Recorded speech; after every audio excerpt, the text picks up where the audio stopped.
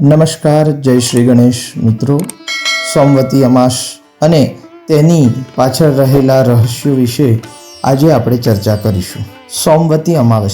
સોમવતી અમાસ એટલે કે જે દિવસે સોમવારે અમાસ આવતી હોય તેને સોમવતી અમાસ તરીકે આપણે ત્યાં ઓળખવામાં આવે છે. આ વર્ષે શ્રાવણ માસની અમાસ સોમવારે આવી રહી છે, એટલે કે 2 સપ્ટેમ્બર 2024ના રોજ જે સોમવાર છે એ દિવસે સોમવતી અમાવસ છે. આ દિવસે વ્રત, પૂજા, સ્નાન, દાન વગેરેનું વિશેષ મહત્વ છે. અને સોમવારે જ્યારે અમાસ આવે છે તેનું એક વૈજ્ઞાનિક અને જ્યોતિષીય રીતે ખૂબ શ્રેષ્ઠ મહત્વ છે, કારણ કે સોમ એટલે કે ચંદ્રનો દિવસ છે. ચંદ્ર એ તેજ અને આપણા મનને શાંતિ આપવાનું કામ કરે છે. આમ તો અમાસના દિવસે ચંદ્ર દેખાતો નથી, પણ સોમવારે જ્યારે અમાસ આવે છે ત્યારે આપણા જીવનું શિવ સાથેનું મિલન દ્રઢ બની જાય છે, કારણ કે અમાવસ્યાના દિવસે સૂર્ય અને ચંદ્ર બંને એક જ રાશિમાં હોય છે, એટલે કે આત્મા અને મન બંને એક થઈ જાય છે. જ્યારે આત્મા અને મન બંને એક બને છે ત્યારે જ તમે શિવની પ્રાપ્તિ કરી શકો, પરમાત્માની પ્રાપ્તિ કરી શકો. માટે સોમવતી અમાસનું વિશેષ મહત્વ જ્યોતિષીય રીતે અને વૈજ્ઞાનિક દ્રષ્ટિએ માનવામાં આવે છે, કારણ કે સોમવતી અમાસના દિવસે દરેક જીવના પોતાના મન સાથેના તરંગો શ્રેષ્ઠ રીતે જોડાઈ શકે છે. એટલે આ દિવસે કરવામાં આવતું દાન, પૂજન, હોમ, હવન, તર્પણ દરેક વસ્તુનો વિશેષ લાભ મેળવી શકાય, કારણ કે તમારું મન અને આત્મા એકાકાર થઈ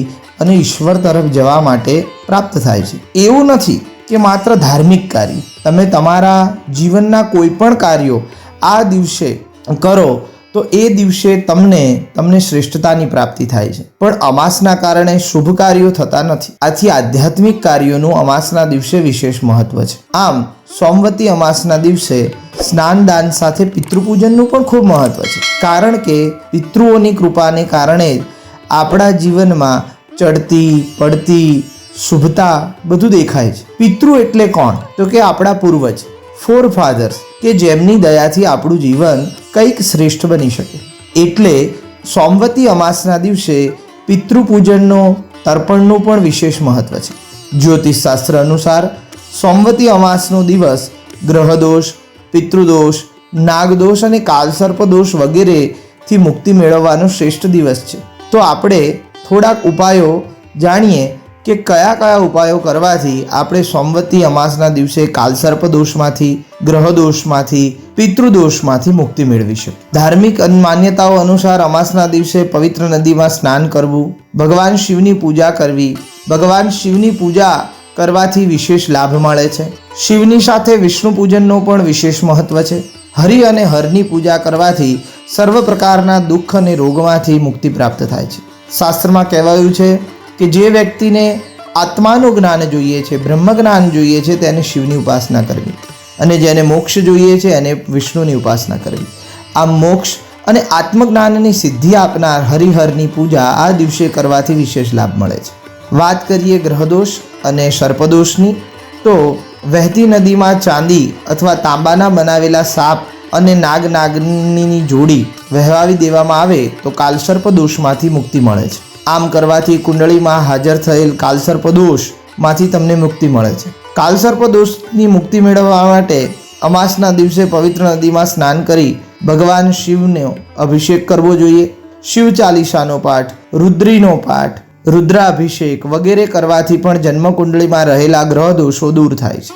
અમાસના દિવસે રાહુ, કેતુ અને શનિના જનિત કોઈ પણ દોષો હોય તો એમાંથી મુક્તિ મેળવવા માટે તેમના જાપ કરવા જોઈએ. કાળા તલનું દાન, કાળા અડદનું દાન, સીસાનું, કાંસાનું વગેરેનું દાન વિશેષ યોગ્ય ગણવામાં આવ્યું છે. સૂર્યના દોષમાંથી દૂર થવા માટે તાંબાનું, ઘઉંનું દાન કરવાથી પણ ખૂબ સારું ફળ મળે છે. આમ દરેક ગ્રહો તમારી ઉપર શ્રેષ્ઠ એમના આશીર્વાદ વર્ષાવે એના માટે આપણે ઉપરોક્ત ઉપાયો કરવા જોઈએ. સાથે સાથે ભગવાનની જેટલી પણ ઉપાસના થાય તેટલી કરવી. ધ્યાન, ધારણા આ કરવાથી પણ, ત્રાટક કરવાથી પણ ભગવાનનું તમને ખૂબ શ્રેષ્ઠ પૂજન અર્ચન કરવા વગેરે ફળો પ્રાપ્ત થાય છે. આથી સોમવતી અમાસના દિવસે બને તેટલા શુભ કાર્યો કરવા જોઈએ.